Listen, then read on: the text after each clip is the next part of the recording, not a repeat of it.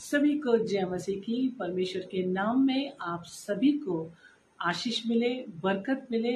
हर समय परमेश्वर आपकी हर कामों में अगुवाई करे। आज का मेरा मनन का विषय है, परमेश्वर का वचन क्या हमारे दिल में काम करता है। तो सच में ये सत्य है कि एक परमेश्वर ही है जिसका वचन हमारे जीवन में काम करता है।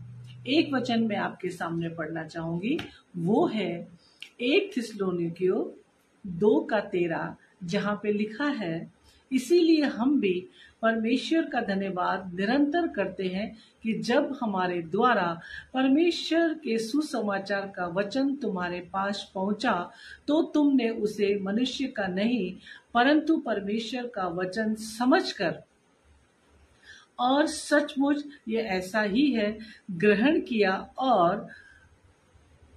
और वह तुम विश्वासियों में जो विश्वास रखते हैं प्रभावशाली है। आमीन। परमेश्वर का हमें निरंतर धन्यवाद करना है। जब हम परमेश्वर के वचन को जानते हैं, उस पर विश्वास करते हैं, तो वो हमारे जीवन में, हमारे हृदय में काम करता है, क्योंकि वो चाहता है कि हम उसके सत्य को जाने, उसके गहरे प्रेम को जाने। और वो जब हम जानते हैं तो हमें परमेश्वर हमेशा हमारा ध्यान रखता है, दुख मुसीबतों से बचाता है। तो हर सांस में परमेश्वर का धन्यवाद करें कि हम उसके वचन को समझने पाए। आमीन। इसीलिए परमेश्वर के वचन को अपने दिल में बहुतायत से बसने दें, उसे काम करने दें, क्योंकि जब हम उसके वचन पर विश्वास करते हैं तो वो हमारी जिंदगी में सफलता को लाता है। सच में जब हम इस पे विश्वास करते हैं तो वचन हमें ये कहता है कि तुम मुझसे मांगो तो मैं तुम्हें दूंगा। उसी तरह जब हम परमेश्वर के करीब आके उससे मांगते हैं तो वो अपने समय में और अपनी योजना के अनुसार वो हमें देता है। सिर्फ हमें वेट करना है।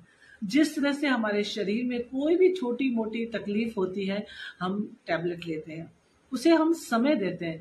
जब उसे हम उतना समय देते हैं तो हमें भी परमेश्वर को समय देना है, क्योंकि प्रार्थनाएं सुनने वाला परमेश्वर है और वो भी देखता है कि मेरे बेटे ने क्या मांगा है। वो उचित होता है तो अपनी योजना के अनुसार वो अपने समय पे हमें देता है, क्योंकि हमारा परमेश्वर देने वाला परमेश्वर है। तो उसके वचन पर हमें निरंतर विश्वास करना है, रोज मनन करना है और उसकी ओर देखना है। इस संसार में संकट, परेशानियां बहुत है, भागती जिंदगी है, हर तरह के लोग हमारे जीवन में हैं।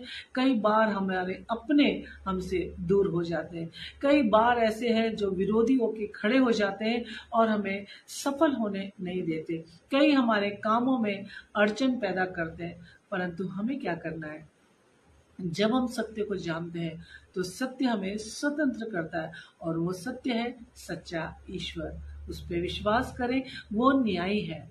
कभी कोई विरोध करता है, मत सुने, मत ध्यान दें, सिर्फ उसके लिए प्रार्थना करे। एक समय होगा कि वो आपके करीब आएगा और मेल मिलाप से रहेगा। आमीन। आगे वचन हमें ये कहता है, याकूब की किताब 1 के 22 और 23 में वचन हमसे ये कहता है, परंतु वचन पर चलने वाले बनो और केवल सुनने वाले ही नहीं जो अपने आप को धोखा देते हैं।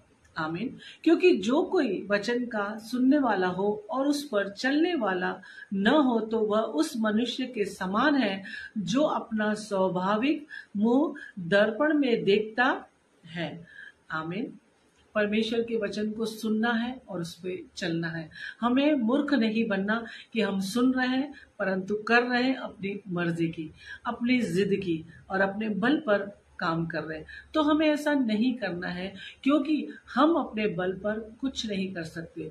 जो कुछ हमें करना है परमेश्वर की सामर्थ और परमेश्वर के बल पर करना है, क्योंकि वही हमें हिम्मत देता है और ताकत देता है। तो उसको सुनकर उस पर चलें, विश्वास करें। परमेश्वर हमें सफलता देने वाला परमेश्वर है। आमीन। आगे वचन ये कहता है, कुलुसियों की किताब 3:16, जहाँ पे लिखा है, मसीह के वचन को अपने हृदय में अधिकाई से बसने दो और सिद्ध ज्ञान सहित एक दूसरे को सिखाओ और चिंताओं और अपने अपने मन में अनुग्रह के साथ परमेश्वर के लिए भजन और स्तुति गान और आत्मिक गीत गाओ। आमीन। वचन जब हमें सिखा रहा है कि हमें एक दूसरे से प्रेम करना है, अच्छी अच्छी बातें हमें परमेश्वर सिखाता है, तो हम जब ये अच्छी बातें सीख रहे हैं, अच्छी शिक्षाएं ले रहे हैं, तो हमें दूसरों को भी शिक्षाएं अच्छी ही देनी है। ऐसा नहीं है कि सामने वाला कैसा इंसान है तो उसे हम गलत शिक्षा दें, नहीं। जब हम कोई अच्छी शिक्षा को पाते हैं तो वचन कहता है कि उसको अपने हृदय में बसने दो और दूसरों को भी अच्छी शिक्षाएं दो। साथ ही वचन ये कहता है परमेश्वर की स्तुति करो, उसके गाने गाओ, मतलब वर्शिप करो, आराधना करो। जब भी संकट का समय हो, आप टेंशन में हो, परेशान हो, तो एक काम करें, परमेश्वर की आराधना करें, क्योंकि आराधना में छुटकारा है, आराधना में सामर्थ है, और परमेश्वर जो है गुप्त में हमें देखता है, वो हमें प्रतिफल देगा। आमीन।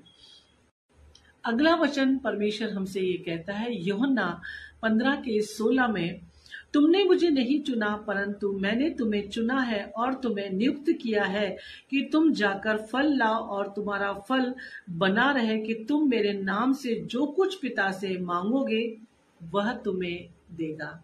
आमीन। कितना अच्छा वचन है ये, क्योंकि हमने परमेश्वर को नहीं चुना, परमेश्वर ने हमें चुनकर अलग किया, हमें योग्य बनाया। और परमेश्वर का वचन कहता है कि तुम मेरे नाम से जो मांगोगे मेरा पिता तुम्हें देगा। तो हमें यीशु के नाम में जो कुछ मांगना है अपने परमेश्वर ईश्वर से मांगना है, क्योंकि यीशु जो है उद्धार का हमारे जीवन में एक जरिया है। उसी के द्वारा हमें पापों से मुक्ति मिली। एक यीशु ही है जिसने हमें छुटकारा दिया। तो उसके नाम से जब हम अपने ईश्वरीय पिता से मांगते हैं, हमारा पिता हमें देता है और हमें सफल बनाता है। ये वचन सच में सत्य है, क्योंकि जब हम उसके वचन को जानते हैं तो वो हमारे हृदय में काम करना बहुत जरूरी है। क्योंकि इस संसार में हर परेशानियों में जब हम गिरे हैं तो यही वचन है परमेश्वर का जो हमें आजादी देता है, छुटकारा देता है, क्योंकि उसके नाम में चंगाई है, उसके नाम में छुटकारा है और उसके नाम में ही स्वतंत्रता है। तो परमेश्वर का धन्यवाद हो। इन वचनों के द्वारा परमेश्वर हम सभी को बहुतायत से आशीष दे। आमीन।